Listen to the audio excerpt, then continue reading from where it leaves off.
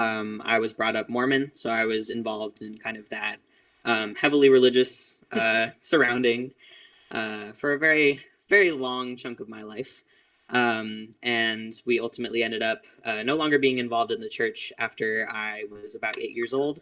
And then when I was 13, we ultimately ended up no longer being involved in the church. I ended up came out about being, you know, transgender, and I was very warmly received by my family for the most part. There were a couple of extended family members who were still deeply involved in the church, that it was a little bit of a learning curve, and still continues to be a bit of a learning curve. I'm sure we'll get into that later. But I was very lucky and very fortunate to be the child of you. Aww. And I just was very, very warmly received and always supported. And I now am almost a graduate of early college high school.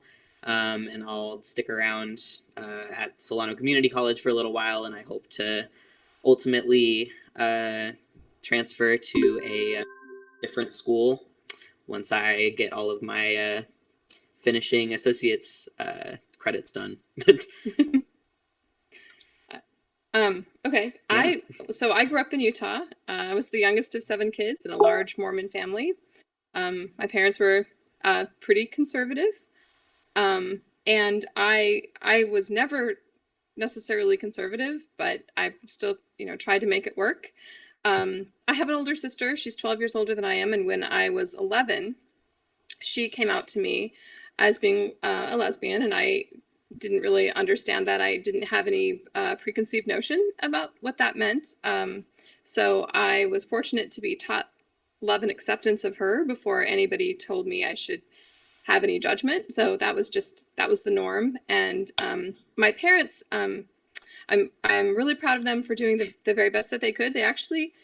They went above and beyond what you would expect for them to do. And they obviously, had their challenges with it, but they were as accepting and loving of her as they could be. So I was brought up with it being, it's okay, but it's kind of like not totally okay. You're not supposed to act on it, but that kind of thing.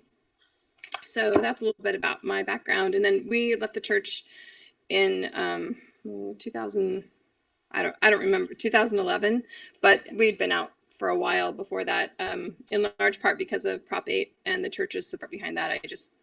There was no room in my heart for that. So maybe is that too much? No, this is great. Thank you for telling us more about your personal history and, giving us some context for your story. Yeah, of course. Yeah. Now, I have so many questions based on that. So thank you for kind of giving us that brief overview. You talked a little bit about, some of the values and, the faith community that you were raised in.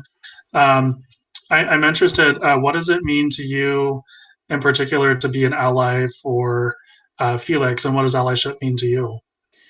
Wow. I mean, obviously I'm, speaking as a parent, and probably somewhat specifically speaking about our experience with Felix being transgender.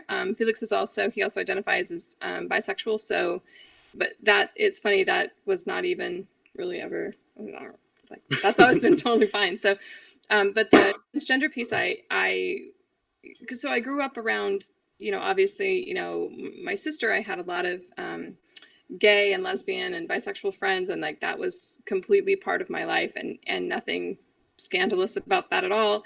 But I didn't have any exposure to the transgender community. And so I think when Felix came out, I wasn't clear how to be an ally because I didn't really understand. And I'm embarrassed to admit that when he first came out to me, I questioned it, and I thought, well, I don't know, is this accurate? Because his truth didn't align with my truth of what I thought about him, right? So I had told my kids since they were tiny, we would have conversations, and I'd say, if you find out that you are attracted to, someone of your same gender, that's completely fine. If you find out that your gender doesn't align with how you feel, that's totally fine. And I remember, having a lot of those conversations kind of preemptively with my kids. And then when Felix came out, I felt but I thought I would know. It was hard for me, and I'm not I mean, that was a rough time. But within that, all I knew was, okay, I'll just hold him close and I'll love him, and this is going to work its way out. Either he'll change his mind and it will align with what I think is my truth, or my truth will adapt to the reality. And ultimately, that happened. But in the meantime, it was just a matter of being an ally, in that I'm going to love him and I'm going to hold him close and I'm going to support him in every way I can. And then it'll all work out. And then over time, obviously being an ally, the biggest thing is communication and love, and just really being able to support. And then what's cool is that eventually you can get to the point where you're, there's like a pride. I don't know if that's the right word, but like, I'm so incredibly proud of him. And, so I'm grateful that he was patient with me while I learned how to be an ally, while I worked through my issues to get to that point. Wow. I think it's incredible how you were able to share, that authentic, questioning at first, and, just, a lack of familiarity with the topic, but then, really being called to do what we're all called to do in our relationships with loved ones, right? Which is to love them authentically for who they are. And, working through, some of our preconceived, biases, notions, and it can be really challenging. I know for, my experience coming out as a gay man, it wasn't easy at first, and, it's still not easy for some folks, but, I really especially appreciate, my parents for really going through that journey, because when I was, first coming out as a freshman in college, one of our psychology professors who ran the local Gay Straight Alliance said something that's still stuck with me today, that it's a coming out experience for your family. It's not just your coming out experience, because you've done a lot of the internal work and a lot of the processing and all of that, and discovered your self truth. But then it's, that sharing, that vulnerability with your family, who deeply loves you, but then they have this different image or picture of what you look like, whether they thought that you were going to grow up to do X, Y, and Z, or whatever that looks like. But then, you're kind of inviting them to come along on that journey with you. So I appreciate you sharing that, because I think that's an important piece for, folks to really realize that this is, it's a journey, and it's a continual learning process for many of us. And it's a question of identity. I think that it's difficult for all of us to accept a change in our identity or a change in someone else's identity. It's a little bit disorienting at first. And I mean, I can speak as a parent that there's a moment when you go, oh, I have to reevaluate my own identity and how I think of myself and how I want other people to see me. And not that it should be a traumatic thing, but you feel like you're just more on display for people that might not have the same feelings. And that's can be really uncomfortable for people, I think. But that doesn't compare, obviously, to what it feels like for Felix. I mean, that's the thing that you always have to take. It's like, oh, this might be hard for me, but it's nothing compared to what he's going through, right? So there's a little perspective, and yet in that. Somehow for me, I can recognize that for you as a parent, I can't imagine having, I'm concerned enough for my well-being when I go out day to day. Like, there are different challenges that I face within myself, within people that interact with me. And I'm fortunate enough to have been on hormones for 9 months, almost a year. And so passing in public is less of an issue. But still, every time you leave the house, it is still something that I grapple with. And I can't imagine being a parent of a trans person and having to kind of bear with that anxiety every day, because I know that for me, it's one thing to be concerned for my own well-being. It's another to be concerned for someone else's well-being that I care so deeply for. So I think that it's hard all around. I do think that as far as being an ally goes, just communication is so vital. I think that it's very subjective. I think that it is very different for everyone, as far as allyship goes, and as far as what each individual person needs from their ally, or from their allies. Hopefully there's more than one. But I know that, for me, my biggest thing was just acceptance and empathy and patience, because I'm more than happy to give the patience out to anyone who is willing to receive me as I am, if it means that they need a little bit more time getting used to my pronouns or my name, which for a lot of people is very true. There have been many people I've interacted with that they just need a little bit more time with names and pronouns, and it's totally okay. But I love when that patience is reciprocated back, as far as my own identity goes. I just think that it's very important that communication is held open and kind of destigmatized as far as trans issues go. Mm-hmm. I'm curious if you could talk a little bit more about your coming out experience. You know, kind of when you came out. I think you mentioned you were young when you came out, and you know, some of the challenges that are specific to coming out. I think especially for a trans person, if you could maybe share some of that with our audience, because I think you know, not a lot of folks are familiar with some of those intricacies. Absolutely. So there was definitely more to it than I originally thought when I came out. And I remember when I came out, I had kind of been grappling with my own identity ever since I kind of had started puberty. It wasn't really an issue prior to that. I was very lucky that I really didn't have a whole lot of you know, dysphoria before a certain age. So there wasn't really any gender incongruence until I actually started, you know, becoming a woman. And I really recognized, like, oh my gosh, this is not for me. And I think that it really kind of hit me when I began being received by other people as like very female or very feminine. I'm not particularly a masculine person by any means, but I would not describe myself as female for sure.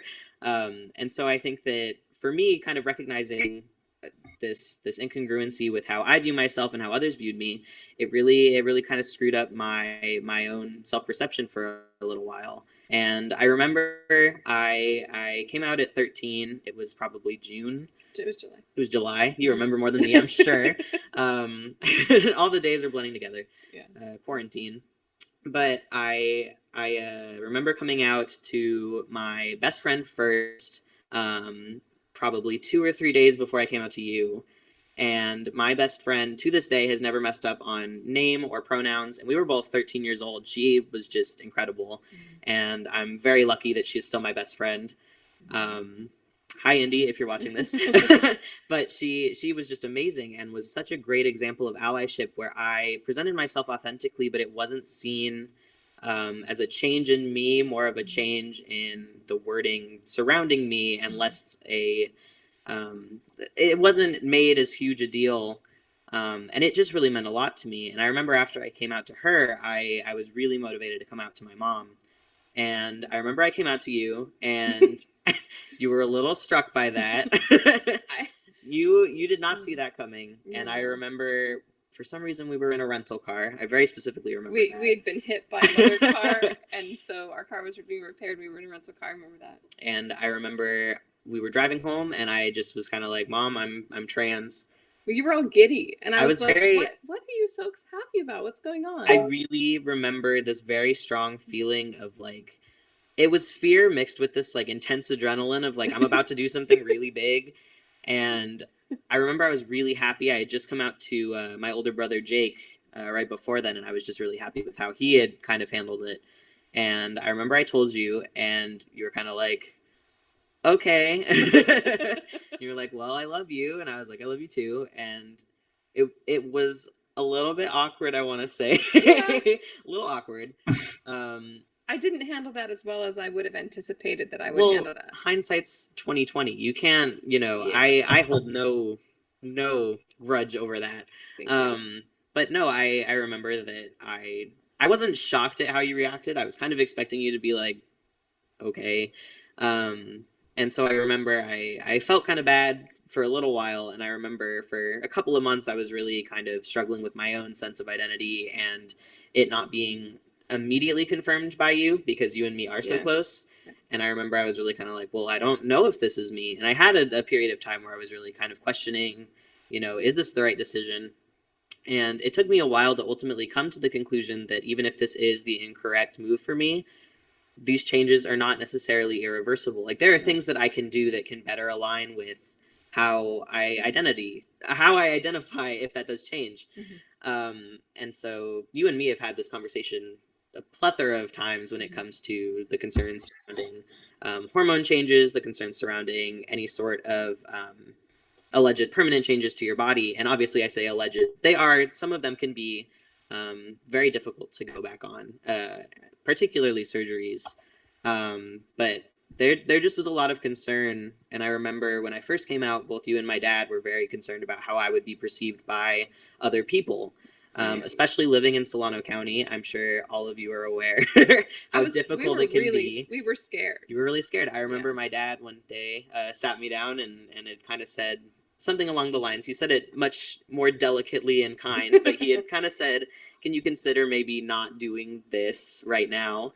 Maybe when you go to college. Maybe when you go to college, you can do this." And I remember kind of being like, no, like I would love to. I don't like the strife that this is creating in me. But I knew that my authentic truth was what was most important in my own happiness. And I'm proud of you for that, because it would be really well, thank you. I mean, I don't know. I guess I can't say I know it would be easy, because I think that would be really hard too, to deny who you really are. Right. But it would have in some ways been easier to placate other people. For sure. And to play that game where you're just like, and oh, okay. And I think for so long in my life, I'm a pretty placating kind of person. And so I think that was why it was so detrimental to me at first, when I just felt like these people that I really cared about, not just you, no. But I felt like a lot of people around me were thinking about me differently or looking at me differently, and it made me so uncomfortable. And shortly after I came out, I actually was struck with a very severe case of agoraphobia. And I was vomiting, I want to say 10 to 15 times a day. I could not finish my freshman year of high school in class. I skipped an entire semester. You were out for about 6 months, 7 months? 6 months. Mm-hmm. Yeah. I was completely secluded to my house. I could not leave. I was just immobile. I was left at my house for so long. And part of that was really awesome because I got to hang out with you all the time. It's true. The other parts of it were not so great because I was just rapidly deteriorating in both physical and mental health. I just was this kind of shell of who I used to be, and it felt very gross to have this happen so soon after coming out. I really was having this moment of like, I don't know if this is true for me. And I, for a little while, I was kind of figuring it out, and I think that my parents were also nervous that that was the case. And I ultimately, through plenty of therapy, was able to surpass that agoraphobia and that severe anxiety. And I came out of it definitely stronger than I ever had been before. And I did ultimately recognize that, no, I am 100% a man, and I can't imagine living any other way. And it's interesting saying that now that I'm almost a year on hormones and looking back and saying, I can't believe there was ever a question. Like, I've never been so comfortable and confident in myself and my body and everything about me, and in the ways that I am talked to by the people around me, in the ways that I am felt by the people around me. I can't imagine living as a woman. And I do think that for a lot of trans people, especially trans people who might come out at a young age, but not the age that is most commonly talked about, I think most often you hear kids coming out for the first time to their parents when they're 4 or 5, and they express very earnestly a desire to change. And I didn't have that, at least not openly to my parents. I remembered a couple of times I would have some interesting moments where I would be kind of like, that is a little different for me. But we didn't actually, we weren't a very heavily gendered No, not family. At all. So, I had 4 daughters at birth, physically, but we kind of were that family that didn't really play a lot of gender norms. And I think from pretty early on, I was not one to necessarily follow gender norms. I wasn't, heavily masculine or feminine by any means. I just was kind of an entity. I think I was just a pretty average kid growing up and going. You were never average, but well, right. Maybe not average, but I think that typical as far as development goes, and as far as my own kind of expressing who I wanted to be and my interests, they were never dictated by gender. And I think that's why for so long I never really had a moment of severe gender incongruence, because I didn't view myself as a woman. I didn't view myself as a man by any means, but I just didn't have any real perception of who I was.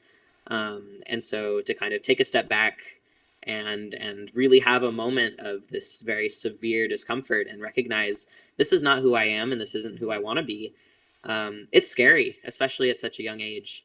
And I remember just this overwhelming fear, especially while I was going through that anxiety, that now that I've made all of these kind of changes, one of them being, going by a different name, one of them being going by different pronouns, you have all of these people who now think differently of you, and what's to happen if you go back on that.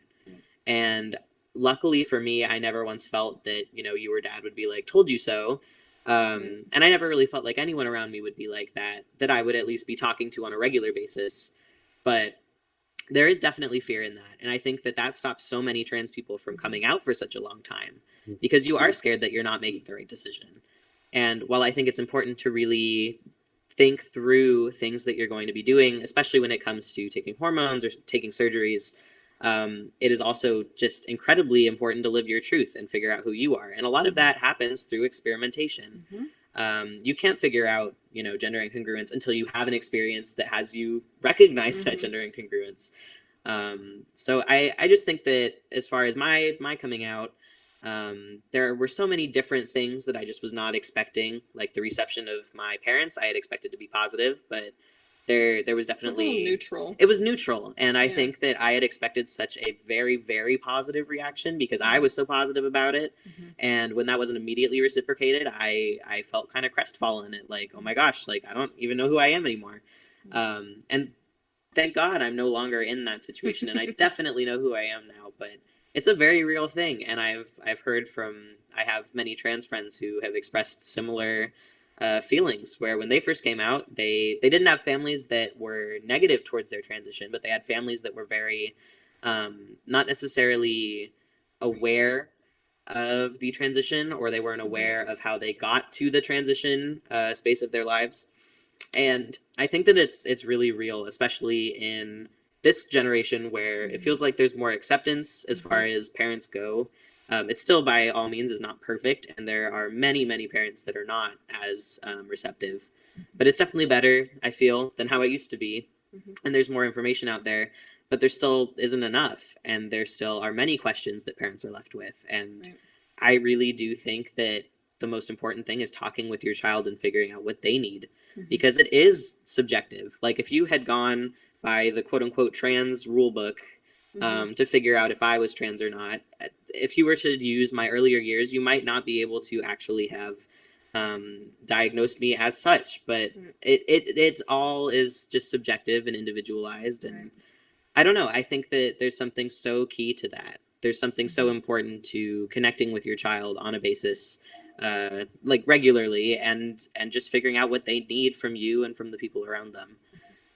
And so I was very lucky to be born into a family that was like that and was so receptive to me. And we've always been very open with our communication, so it was very easy for me. I think for the maximum, for maybe 6 months, things were kind of weird, and then from then on, it was totally fine. But there were so many different changes that I just was not expecting, especially when it came to the school system. That was another really big thing. There are so many fights that trans people have to kind of put on every day in order to be recognized for who we are. Even just recently, I know that I will be graduating with a diploma that doesn't have my name on it as far as the name that I use. And it's really difficult to kind of recognize. And that's by all means, it's no one's fault. It just is the way that it is. But there isn't a way for trans students to exist that isn't politicized or made really, really difficult. And something as simple as having your correct name used every day in a classroom. Like it took me probably until junior year, I finally had my correct name in the school system as my preferred name. And I think that part of this is due to the technology being very, very new. And the information is just not easily accessible to the people that run schools or the people that are kind of in charge of that. But it really does require a lot of your own research. Like for me, I had to kind of figure out my own rights and have to kind of navigate my way through that, even with a very supportive family. And I think that that's a testament to how hard trans people have to fight to be seen and heard, especially at a young age, and especially in a community that already is kind of neutral / negative towards acceptance. And I think it is just so vital. Like for me, being in my school and having Mr. Quinton Voice as my teacher, who was an out gay man and was just incredibly supportive of my own transition. was huge, and he helped me get my name changed in the school system. Just super, super amazing to see people like that who are actively fighting for the rights of people that are disadvantaged every day. And I recognize my privilege every single time that I can, because I know how fortunate I am to even have had my name be put as a preferred name. I know how amazing it is that I'm on hormones already, and that I have such a supportive family and a close network. And even with that, it's hard. And so I can't imagine for kids who don't have that, for kids who aren't white, for kids who aren't passing, like it is so difficult. Every single day is a struggle, and my heart goes out to them. Well, thank you for sharing that. I think that you hit on several themes that I kind of want to expand on a little bit more. Sure. So I want to come back to school, but before I do that, you mentioned mental health, and since that's kind of the overall theme of this, I'm wondering if you'd be comfortable sharing a little bit about your experience, with, your mental health, when you're coming out, when you start social transition. I know that mental health is something that impacts the LGBT community, especially, um, you know, in a lot of ways more than others. So if you could just maybe share some of your experience with that, and especially, I've heard kind of this recurring theme from folks that maybe are not as familiar with the community or with trans folks, where they get scared and they say that parents or educators are trying to influence folks and maybe confuse them, where it's like you know for someone, their sexual orientation or their gender identity, most folks are very clear about that, and especially when they reach puberty and that age, it becomes even more apparent for a lot of people. So I'm curious to hear more about that. Absolutely. So my own mental health, from a young age, I was pretty stable, I want to say.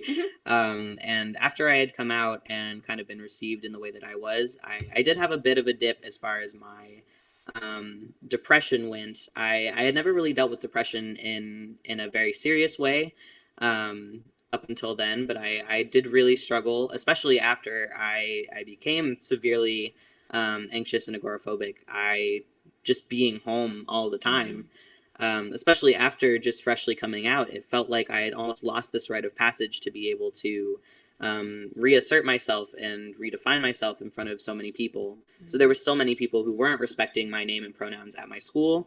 There were still many issues with that, and I had to be home and kind of hear about it secondhand, while experiencing severe anxiety and depression, and while very, very sick. And it just was really, really hard. And I luckily never had a incredibly difficult time with depression during that time. I was really able to keep most of my focus on the anxiety that I was feeling, which is kind of a blessing in a way, that I was able to really focus my energy into just preventing the vomiting, which when you say it out loud sounds maybe bad, but it really did get me through that. I had something else that was almost a more pressing issue, which I know is for a lot of folks that doesn't matter, that their depression will seep through anyway. And I was very lucky that my depression never got to a point where it was so overwhelming that I was experiencing thoughts of suicide. I never had that experience during that time. And so after I was finally able to beat that anxiety, at the end of my freshman year, my next school year, sophomore year, ended up being really, really incredible, as far as me being able to be myself, as far as putting myself out there and being authentically me. It felt very, very real and good.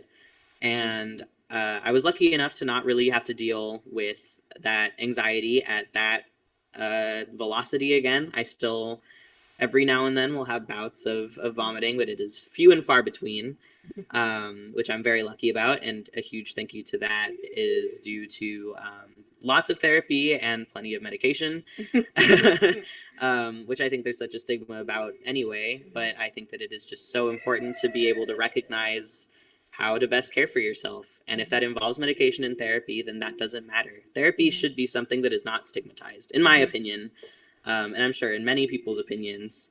It just is so important to have a space where you can be authentically you, especially if you're not being received by people around you.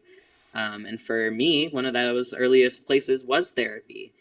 And so I think that therapy was really key in kind of helping stabilize my own mental health. And then shortly, well, not shortly, I guess, shortly in the grand scheme of things, but my senior year, so this year, back in October, I had a really, really bad bout with depression. I was experiencing severe suicidal thoughts. It was really, really tough.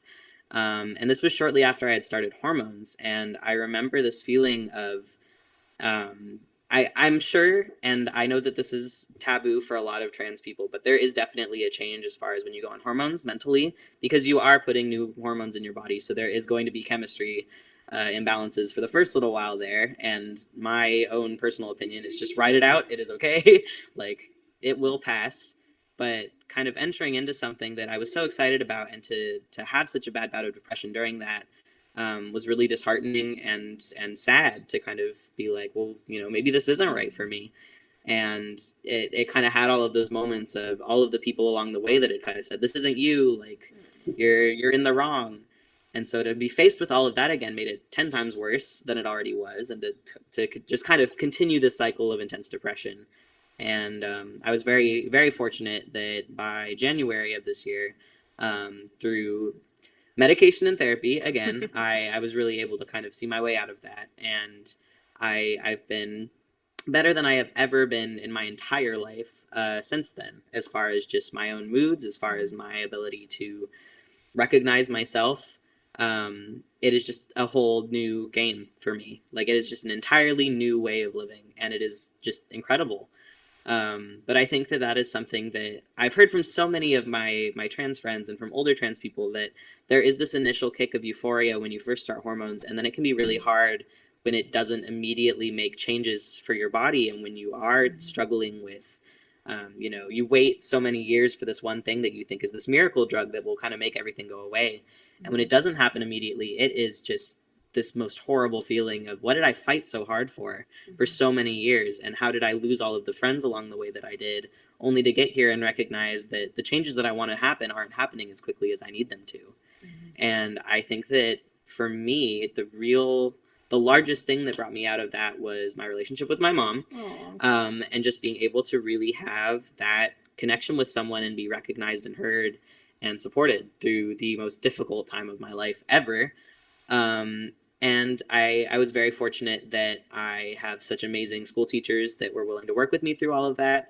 They've been very patient with me in working through all of the crazy things that I'll put them through, as far as my social transition, and then also my depression and my anxiety. You're warming them up. I'm warming them up. No, Yeah. they've been outstanding. And I recognize how lucky I am that for most of my life, I've been surrounded by people that have just been incredibly warm and receptive to me. That's not to say I haven't had people be very outwardly mean to me. And I think that that's true for any LGBT plus person. Particularly, trans people, I think it can be more frequent just because of how you can't necessarily hide being trans all the time, especially earlier on in your transition. And many folks choose not to hide that, and I kudos to them. For me, my intention is to pass so that I'm not in danger, but I don't know if that would necessarily be as big of a deal if I were in a situation where my kind of societal surroundings were more inclusive. And I think that that's true for a majority of trans people. I now know that I'm self-assured in my own kind of manness and my own identity, and I can now kind of step back and recognize that a lot of my projection of who I was going to be was surrounded by the fact that I wanted other people to not pick up on the fact that I was trans. And so it had a lot of these kind of really big expectations for myself. And some of those, involve like facial hair. Some of those involve different, very masculine traits, just in order to kind of be able to get by without being noticed. And I think that for many trans people, that's true. But it is also interesting going, from a very loud theater kid to this transition that is essentially, you're just trying to hide yourself. And I think that the identity issues that I experienced with that, of my own unique situation as far as being originally this very out and loud person, and then kind of navigating my way through what I believed was being a man, and then ultimately coming out the other side and recognizing I am who I am, I know that I'm a man, and I can recognize that however I am is perfect for me. And I just think that there's a lot to that representation. And so again, like you had said, there is this misconception that, you know, the more out LGBT plus people you have around your kids, like they're going to be an influence of some sort. The only influence that they could be is a good influence, in my opinion, and I'm sure in many people's opinions. But I think that, you know, if that were the case, then you could make the same argument about straight cis teachers, and clearly that didn't work for me. So I think that it is just absolutely a ridiculous misconception for people to say, and it's all fear-based, and I recognize that, and I know that, you know, ignorance is something that we can all fix through the use of being an ally and through the use of speaking up for the people around us. Education is the best friend of all of us. And as far as especially something about trans people and young trans people, just kind of breaking that stigma and really recognizing that people are like this and it's fine. And the, you know, impact of my own transition doesn't affect anyone other than myself. So I also want to touch on that before I first started hormones, there was this very large fear that I had that you and I would have a different relationship. And I remember you shared similar feelings. That was my fear. And it was very, very scary. And I know that for many trans people, that is a similar fear because there are so many misconceptions about the transition, especially involving hormones. There isn't a whole lot of data available that isn't nuanced because so many people's own transitions are subjective and individualized. So it can be really hard to kind of recognize, well, what if this change happens? What if I become this kind of like super rude macho man? Like, what's going to happen? Bro. Right. What if I become a dude bro? And I think I can safely say that I made it out okay without being a dude You're bro. not a dude bro. No, but it was a concern. I was a very sensitive person, still am definitely, but it was really a big concern because so much of who I was as a person was surrounded by my identity as just a very kind of open and empathetic person. And there is always that fear that when you do something that for years people talk up and they constantly say, it's this huge dramatic thing, it's so many changes, it's really, really crazy. And so many people question your decision for, you know, years and years and years. When you finally get there, I think it's so normal to have that thought of like, oh my God, like what if I am doing the wrong thing? And it really took a lot for me to kind of talk myself down from that ledge. And really kind of recognize that even if this was incorrect, I can make changes that could like more appropriately match who I am. And I think that sentiment should be shared by more trans people and by their parents because there is a lot of fear around that. And I totally recognize that. And I empathize with that because I had similar fears.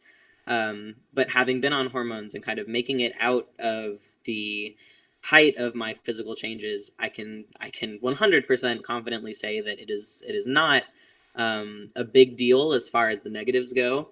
And it just is so important that you communicate. Like that is really just the number one thing. Communication is key, especially while you're transitioning and you're vocal about the changes that are happening. And if you just tell your parents, like, I'll tell you, like, I don't even know why I'm angry, I'm just gonna go in here. I'm gonna go cool off for a little bit because hormones are, you know, not necessarily a big deal, but they do create some changes that are different. And I think that it's important going into it that you recognize that there are some things that are going to happen that you might have not even heard before. Like for me, I had some own changes for myself as far as mentally that I just wasn't really prepared for, especially when it came to kind of my quickness to aggressiveness, not even aggressiveness, but my quickness to anger. It just was a little bit higher. And I think that was to be expected, but for some reason I just hadn't thought it out all the way. But I just know that there are many things that surround transitioning that there are misconceptions about, and there's just many things that people aren't clear on, and it really does make a huge difference when it comes to being open to transitioning, especially in the parents that end up hearing all of these misconceptions. Yeah. Did you feel like your the mental health, like I know that you went to the Pride Center and you saw a couple different therapists there. Absolutely. And I feel like I just want to jump in and say, it seems like for me, when you had that outlet, whenever you've had a good therapist, because not all therapists are equal, but having a good therapist, somebody who really kind of gets you, that just seems like such a gift. For sure. I think everybody should have a therapist. I mean, we all have brains, right? We all have emotions. Why do we not? We should all be able to share. I have a doctor for Right. all sorts of different parts of my body. Why do I not have Right. a therapist? And I think, for me, I was so lucky to meet two therapists through the Pride Center. I met both Carla and Colin, and they both are just the most amazing therapists I've ever had in my life. And I'm so lucky to still be in contact with both of them and be able to talk with both of them. But I think that there is something so crucial to having your child set up with a therapist, especially not even especially, I think in any step of the transition, it is just so important to have someone that you can talk to that is impartial, or at least, doesn't act partial to what you're saying. Empathy is still shown. There's still those all same inner workings, but I feel like with parents, there's just a different dynamic there. And I've heard similar sentiments from trans people and cis people alike, that just the relationships you have with your parents, as far as the relationships you have in regards to therapists, is a little bit different. Yeah. Well, as a parent, as an ally, that mental health is important too. Yeah. And having my own therapist was helpful for me to process a lot of emotions that I had, so that I didn't drag all of those and dump them in our relationship. Right. So I could kind of function that way. So. Yeah. Thank you for mentioning that, both of you. I think that's a really good tip for a lot of the audience. When we're talking about allyship, ways that parents and children can be supportive of each other in this process. I think that's a really self-aware step for both of you to take. So, kudos to you both for doing that. I'm really proud of you both. Yeah, thanks. I actually have a question for you, Nancy. So I know that Felix, you were mentioning some of the difficulties that you encountered in high school, and you're a senior in high school currently. Is that correct? Okay. So I just wanted to know, some of the different things that you may have encountered, where you had to speak up to the school administration or to individual teachers on Felix's behalf. Maybe some tips you could have for parents or other folks who are allies of LGBT youth. So this one, I have to say, Felix has been an incredible self-advocate. You were the one, I remember right before you started high school, before your freshman year, you said to me, "Hey, what do you think about me going by Felix?" And I was like, okay. I mean, he had just come out like 3 weeks before, but I was like, oh, okay. And he went in, and actually you sent emails to each of your teachers and said, "Hi, I know that this is not the name, but I would prefer that you refer to me this way." And I would say, I mean, there's one teacher that has never used your proper pronouns, but I think I don't think it's malicious at all. I just think that there's just a difference there. But the principal was amazing. He and in that respect, because you had Mr. Boyce and then Mr. Pizzo as an administrator, he was really great about. I remember there was a year that you did your ID card. Yeah. And they refused to print the preferred name on your ID card. And it was just some woman at a computer from a company. She wasn't even part of the school. She was just making her own, whatever. She had her own rules. She had her own agenda. And I remember that we mentioned it to the principal, and he was furious. And he stormed in there and he said, "You will fix this right now." And she was like, "Well, that's not the name." And he said, "I don't care. You're not part of our school. You need to fix this." Like, he was very direct, and she huffed and puffed and gave us the proper ID, and then that was great. But so I don't have a whole lot of experiences where I stood up. I'm sorry about that, I guess. I don't feel like there was any time that you needed to. So Felix was really great about standing up, and I was really proud of him for doing that. That takes an incredible amount of courage. So thank you for doing that. Yeah. Adrian, I wanted to check, were there any questions on our end from the audience just before we get going too further without asking any questions? I'm not. I think Tom is in charge. Let me. He said to check with you to see if there were any on our end from the chat. I'm looking right now. It doesn't. And if not, that's fine. I see a lot of positive feedback though, everybody. So that's good. Wow. Thank Thank you. So that's Yes. really, Well, excellent. Yeah. Did you have a few questions, Adrian? yeah, actually, I really would. I have questions for Nancy. So I really want to know, especially in the beginning, what were those what internal struggles did you have? How did you combat those struggles? And and like and And when you encountered things that you didn't know, what did you do? Did you ask Felix? Did you go do research? What were the strategies that you took when those came up? Okay, so I would say, I mean, all of those things. I think you had been out for 2 years, maybe year and a half, when we went to the conference, and we went No, to. that would have been. We went to the Gender Spectrum conference. Hmm. I would have been out for 6 months. Really? Was it that? Wow. It Okay. was very, very recent. All Or right. not recent, but Very soon early, after I came early out. on in the process. Mhm. So we went to this conference, the Gender Spectrum conference, and it was held at St. Mary's, and it was, it's such a good experience to be in an area of other people who are experiencing the same thing, right? Both for the kids and for the parents, and having that support and being able to model by example the people who have been farther along the process and how they feel about their kids, and you can kind of look at that and go, okay, all right, I can get there. So for me at the beginning, like I said, I had no problem with Felix being transgender.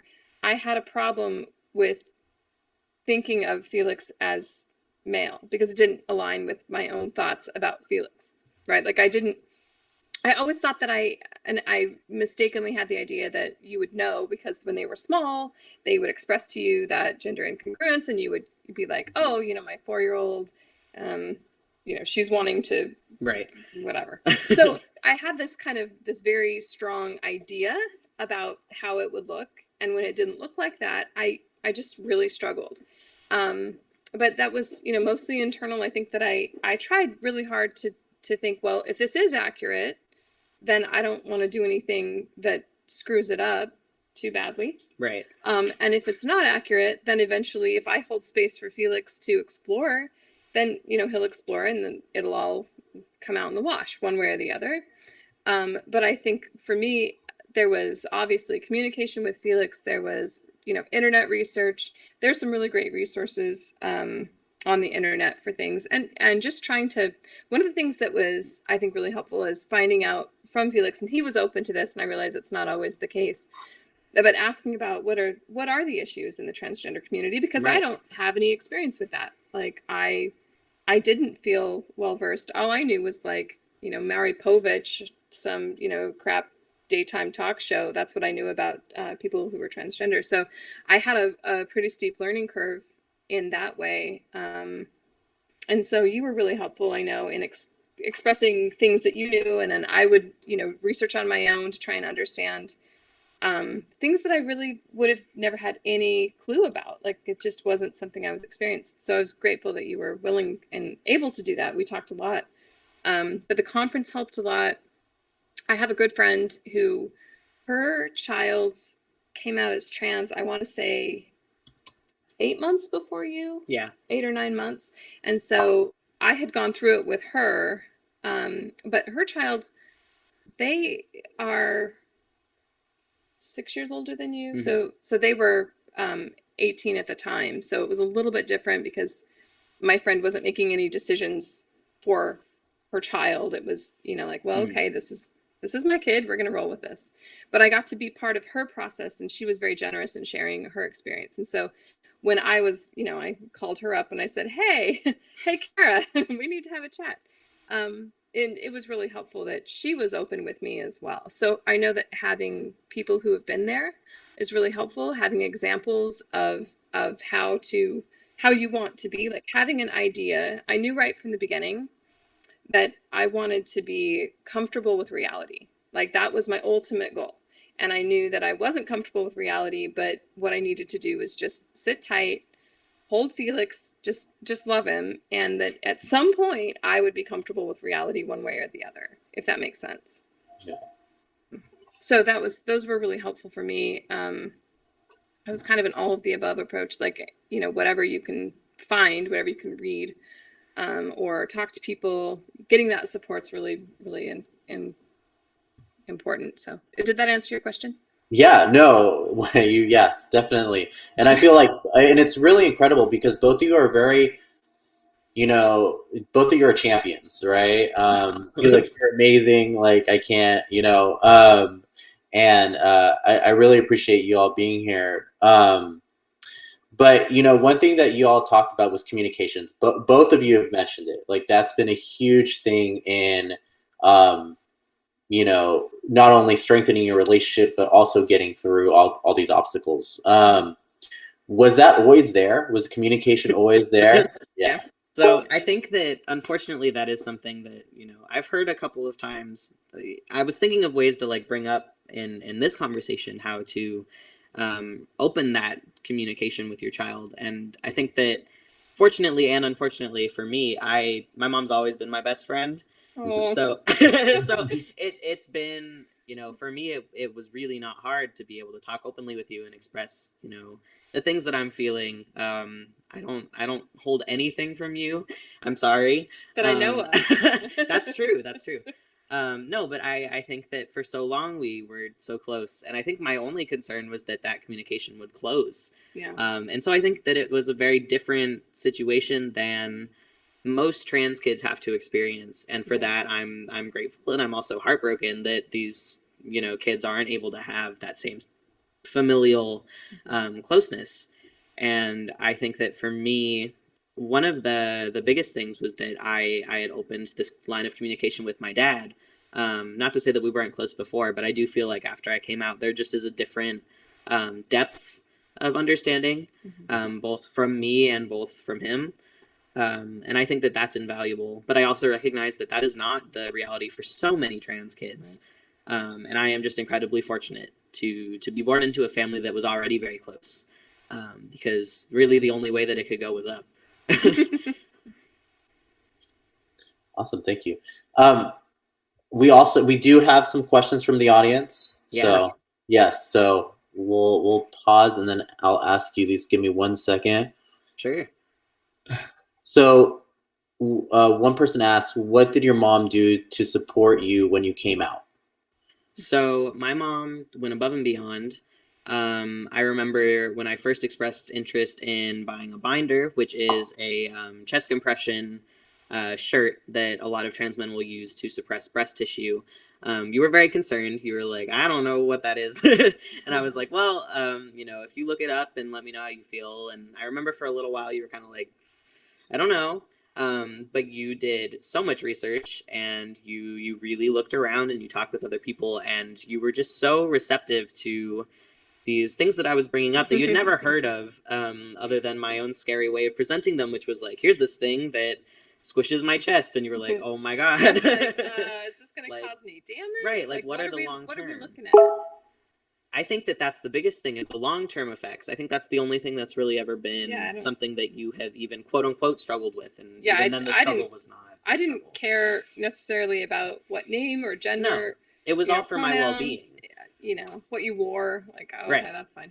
But it was always like, okay, is there going to be any long-term effect that you aren't going to be happy with down the line? And I think it's always the hardest part. Absolutely, especially as a parent. And I think that our most recent, not even issue, that's such a harsh word to use, but the most recent situation where you were just so supportive, which is every day, but like the biggest thing was you really wanted me to freeze my eggs. Right. And that was something that Before you started hormones. Before I started hormones, because there is a concern that you would not be fertile. And that is the case for many trans men, although now there's research coming out that they can actually kind of revitalize their estrogen if they hop off hormones for a little while, which is interesting. But I know that you were really concerned about that, and I was concerned, but not necessarily because I wanted to save my eggs, but I was concerned because I didn't want you to feel bad. Right. And in my defense, I don't care if you have any children or that you have your own children in that case. It was only I wanted to give you more options down the line Exactly. than fewer. So it was like, well, if you have them banked and you ever want that, that's Exactly. an option. But, you know, I don't care if you do Right. it. It's No. just a matter of like, I would just hate, my biggest No, fear, I absolutely. think, was you getting on hormones and then someday down the line going, oh, I really wish I could do that thing. Right. I hate that idea of regret. Yeah. Whereas a parent, if there's anything I can do to help you prevent that regret, that's my choice if I'm trying to. But Right. ultimately, we had decided, I had talked with you for a couple of months about it. I think we just kind of tossed it back and forth, and we're kind of like, we'd had the appointment for about 6 months because it's a long process to get that. And I think it was 2 days before the appointment. Yeah, and I just was really like, I don't want to do this. Like, you were really don't want to do this. And for me, a lot of it was this discomfort around the idea that I could even have biological kids through eggs, just because it doesn't fit how I view myself. Like, there is a discomfort in recognizing, like, how I could have kids isn't how ideally I would have kids. Right. And so it just was this very uncomfortable kind of way of figuring out these very important steps for my future. But I had really been sure that I did not want that for me, especially because it would halt the process of getting on hormones.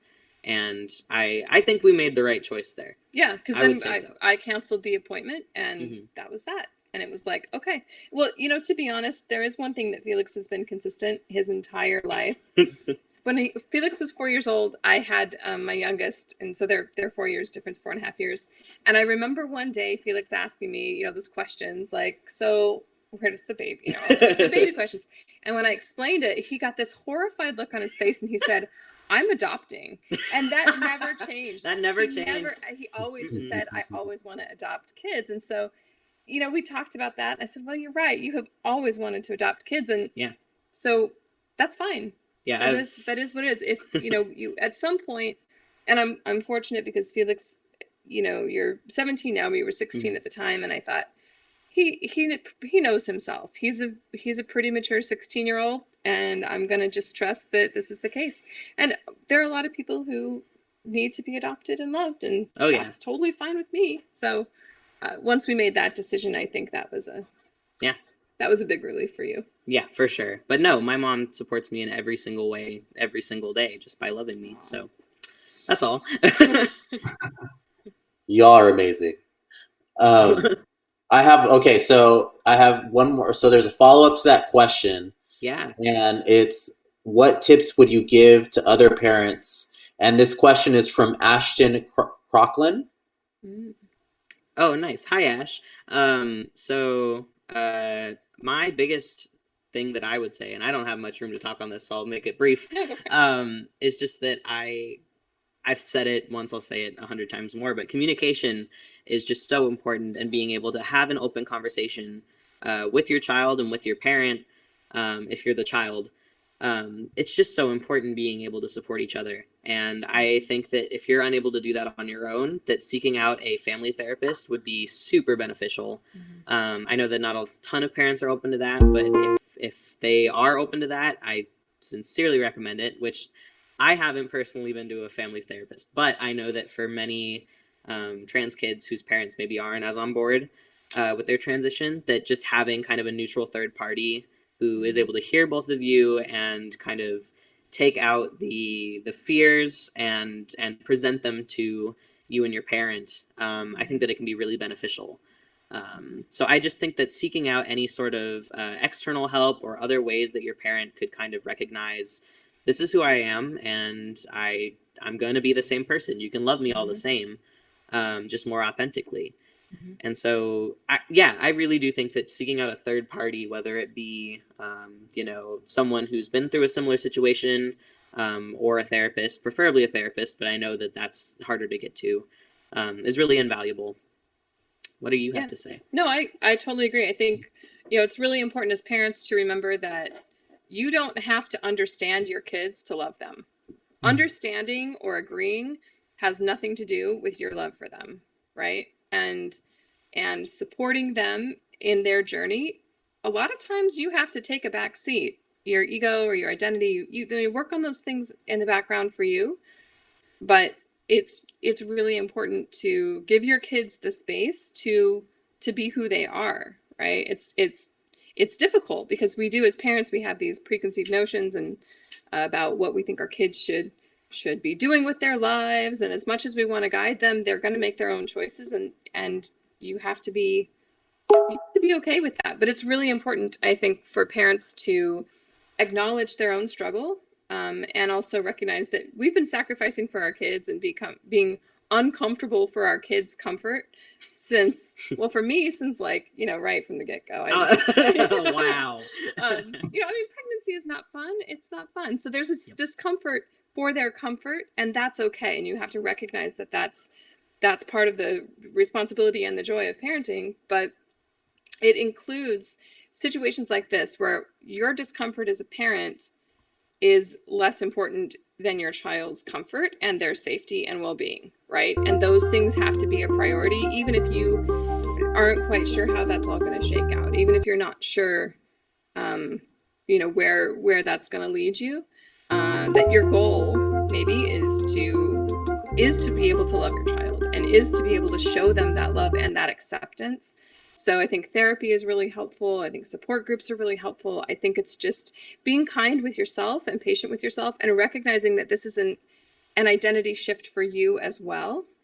And I don't want to say it's not mourning. I mean, maybe there's a grief in there just because it's a death of what you thought, but Right. Then you get to just enjoy, once you get past that grief, there's this beauty in what is, right? And being able to celebrate that.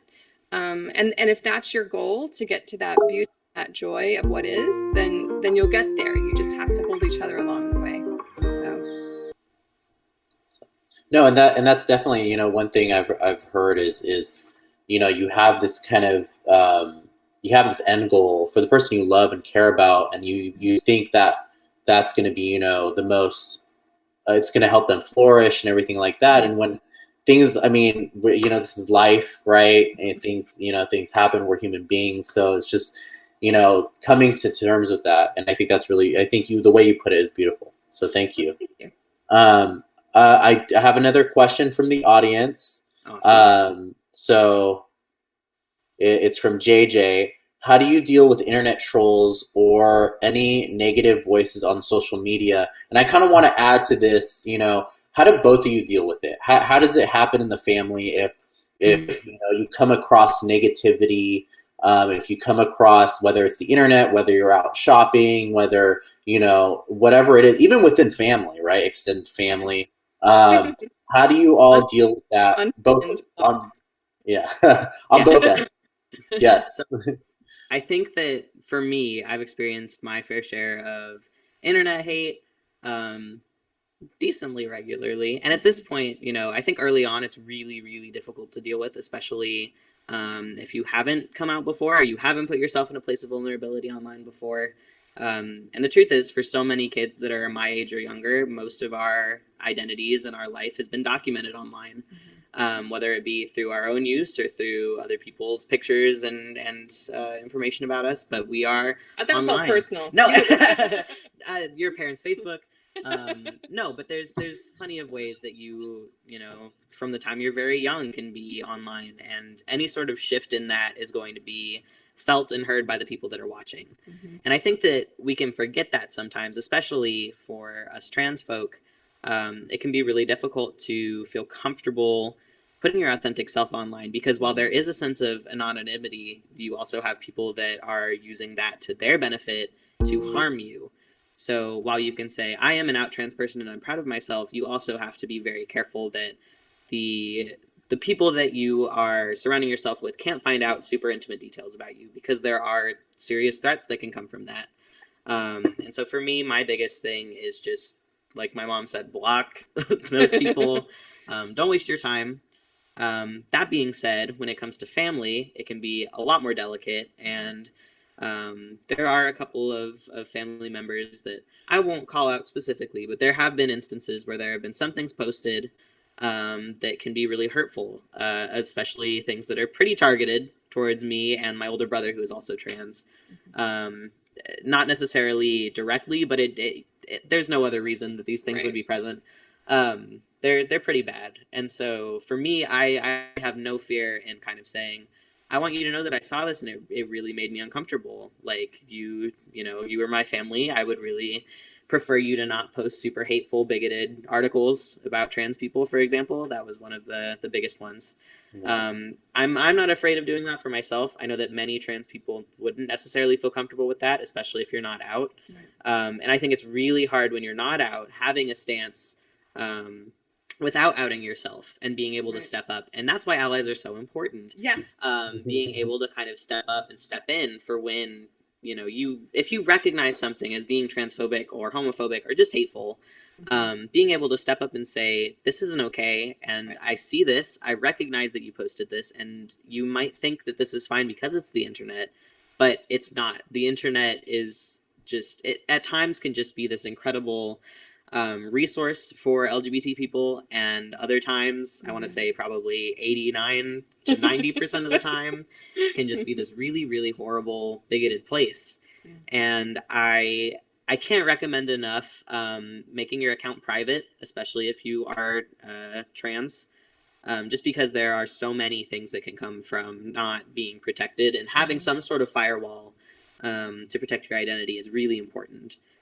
For me, all of my accounts are private. I make sure that, you know, people can't access information about me because there have been instances with people that I felt have been a threat to my physical safety. And you just have to be really, really careful. And it sucks that we have to take these extra precautions that other people on the internet might not have to, but it is the reality. I would say that as far as trolls go, just kind of water off a duck's back. Don't feel as much as you can. Try not to let it get to you. I know that that's not necessarily realistic because that hurts. It hurts a lot. But try to recognize that this isn't a fault on your end. This is someone else's insecurity coming out. There is no reason that someone would feel the need to be hateful unless they are dealing with their own demons. So try to recognize from that lens, at least for me, makes it a little bit easier to deal with. But for the most part, just blocking and ignoring those types of things can be really kind of the best way to deal with it, in my opinion. I agree. And I think for me, you know, I don't engage with trolls. I don't have time for that. So we've had, like Felix mentioned, a couple family members and friends, but not super close friends, not people that we align with in a lot of ways. So when they start saying things like that, I have just unfriended them and blocked them. And there are people obviously who, if you have questions, if you're respectful, if you're, you know, if the intent is good, you can work with that. That's education. That's really an opportunity. I'm much more able to do that than you. I think that's a big ask for you to do that. But if, you know, if it's something that I can do, I'm happy to educate people. I'm happy to talk to them. And, you know, we have family members that are doing their best to get the name and the pronouns right. And that's, you know, that's difficult, but you know, they're trying. And so we have this like little subtle thing we do where after, you know, they'll say something and I'll jump in after, and the first sentence out of my mouth will be something that either gently, you know, rephrases something like, oh yes, Felix, he da da da, you know. And so it's and I don't say it with emphasis, but it's the idea that you're kind of just reminding them. And a lot of times, you know, they'll pick up and go, oh yeah, I'm sorry, he. It's like, oh yeah, that's okay. And obviously you don't want anybody to feel ashamed, because shame is the worst motivator known to man. So you want to find a way that they're able to just remember, and hopefully that'll help them train in those ways. They don't mean poor things, but if somebody is coming from it from a place of hate, you know, ill intent, then don't waste your time. Although you did have a funny interaction with that there was a kid who was 14 years old who had somehow found my account and was sending some pretty nasty messages. But they were ridiculously over the top. It was just ridiculous. I was like, poor dude, spelling, what is going grammar on? And I was like, are you okay? Like, I'm sorry you're hurting so bad. And he could not deal with the fact that I said that. And he's like throwing slurs my way. And I was like, I hope you have a good day. And he was like, it was crazy. But I think that sometimes and I hate saying this, but for my own enjoyment, if I'm faced with trolls, I just love this unconditional kindness method. I think that it gets under their skin more than anything. Yeah. That being said, don't make trolls mad on purpose unless you know for sure that they're not a threat to you, because that is just asking for trouble. This kid was 14 and in Australia, so I think I'm okay. But you know, there are definitely some times where there's just kind of ridiculous people that have nothing better to do, and I don't know. It can be interesting. Yeah, but just don't waste your time with people that aren't going to be able to love you the way that you are. It's just Yeah. Perfect. Thank you. No, and definitely like instigating. You definitely don't want to do anything like that, and it, you know, you get. I mean, it has there ever been a time where, you know, where it was, where both of you were there, or it was a whole like you were out in public? Can you give us an example? I don't think so. I've had situations in public where, especially when it comes to using the restroom, and especially before I started hormones, where there were some issues, as far as other people just being like, "You're in the wrong bathroom," and me being like, "Okay," and kind of shuffling my way out of there. But that's, you know, that's pretty, considering the things that are happening all around the world to trans people. I'm very lucky when you consider the things that could have happened. But I think we're fortunate enough that there hasn't necessarily been an altercation with all of us. I've had issues with kids in my class that I've kind of had to deal with on my own.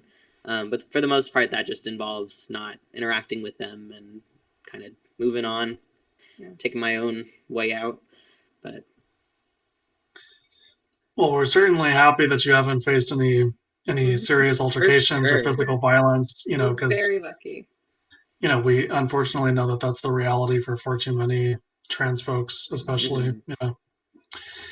Well, I really appreciate all of the feedback that you've been giving us. You know, just such beautiful advice from both of you. It's especially heartwarming to see the close relationship that you both have as a family, and you know how inspiring it is to know that, you know, students like you are thriving in Solano County, and that, you know, you can be an inspiration, and, you know, aspirational goals for folks who are a little bit younger, who are looking up to you and saying like, hey, you know, I have a similar experience. I'm able to, you know, kind of figure this out because there's people who've gone before me who have kind of paved the way. So I think that that's very inspiring. So, you know, thank you for your bravery, and honestly for your activism, because it takes a lot of courage to be out and to navigate these different systems, whether it's, you know, the classroom, or, you know, just existing in these spaces where, you know, there's that constant anxiety that a lot of us, you know, LGBT people feel, just because, you know, there's that uncertainty often. So I really want to commend you both. And yeah, I want to know, did you have any other last thoughts for family or for friends of LGBT people, you know, around the theme of allyship? Any best tips or practices that you would recommend? Well, first, I just want to say thank you for everything. Thank you both, and thank you, Tom, for also being in on this. But this is just such an incredible resource, and I hope will be a very helpful resource for people, because I know that coming from my place of kind of my own luck and privilege, I can't imagine a better way of using that than being able to share that with people who might not be in the same situation, or might be in a similar one but don't necessarily know their way out. And my final thoughts are really just continue to love each other. And as far as being an ally, don't be afraid to talk with the people that you are attempting to be an ally with. Don't be afraid to ask questions that are respectful. Don't be afraid to admit your faults. I can almost 100% assure you that you won't be met with shame, as far as the person you're talking with. I know many people are receptive to anyone being kindly interested in what they are about as far as their identity. And it can't hurt to look things up on your own time if you have questions that you feel aren't necessarily appropriate to ask someone. You know, use discretion when appropriate, but definitely feel comfortable enough to reassure the people that you're trying to be an ally for that you are there for them. That's all for me. Yeah.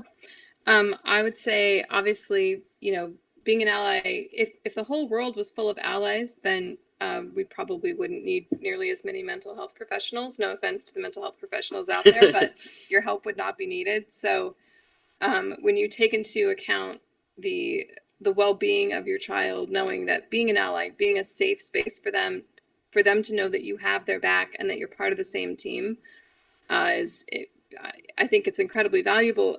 And it's also valuable for you as a parent, because you know that, you know, you're doing your best and you're supporting your child, and they can come to you, right? It goes two ways.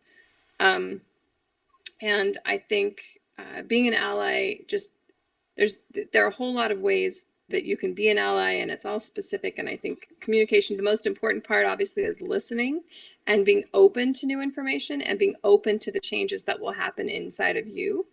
But you can't be a good ally if you don't want to be a good ally, right? And so you have to want that. But I think it's also important that you're going to be the best ally you can be, the better you feel about it, right? So you kind of have to, there's a lot of internal work that goes with being an ally. As a parent, I can speak for that. But it's, you know, doing that internal work and doing it, you know, on your own time. Like, don't put that on your kid and on that relationship.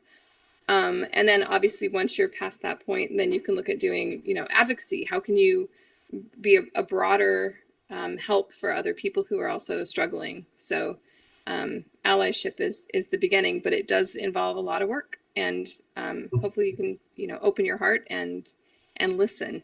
That's important. Wonderful. I think that that's really key advice from both of you. You know, like on your last point, I think that allyship really speaks to action. It's a really active word, and I think that that's something that we can all do for each other. You know, for myself as a cis man, I can really do a lot more to be an activist and an ally for the trans community and for the rest of the LGBT community. So, you know, it's so heartwarming to see this relationship with you both. Again, thank you for joining us. Unfortunately, we're reaching the end of our time, but I just wanted to remind folks that this new series is going to be on Wednesday nights. We're looking at getting to the point where we can have these on a weekly basis on Wednesday evenings. And yes, so look for that. And then ways to stay in touch with us with the center. If you go to solanopride.org, we have a sign up form, or if you're wanting to have more information about our support groups or social activities, that's where you can find those and sign up. And then we'll be able to capture your email address, and you can hear from us on a regular basis. You know, I also want to note that this is, you know, during the stay-at-home time due to COVID-19. So all of us are, you know, trying to stay physically distant, but we're trying to make sure that folks are still socially connected, because that's something that's really critical for all of us, for our well-being, for our self-care, and our mental health. So thank you for joining us this evening as you are from your home. And I hope that you stay healthy and you stay safe. And I look forward to speaking with you more in the future. We'll probably, you know, call on both of you to speak about this topic a lot more, I know, because I expect a lot of folks will find a lot of helpful advice from this. So thank you very much, both of you. Yeah, Thank thank you so you. much. Yeah, this was incredible. Yeah. Wonderful. Thanks again. Thank you all. And have a wonderful evening. You guys Yep. too. Thank you. Thank you so much. Have a great evening. You Thanks. guys too. Thank Good night. you. Bye-bye. Take care.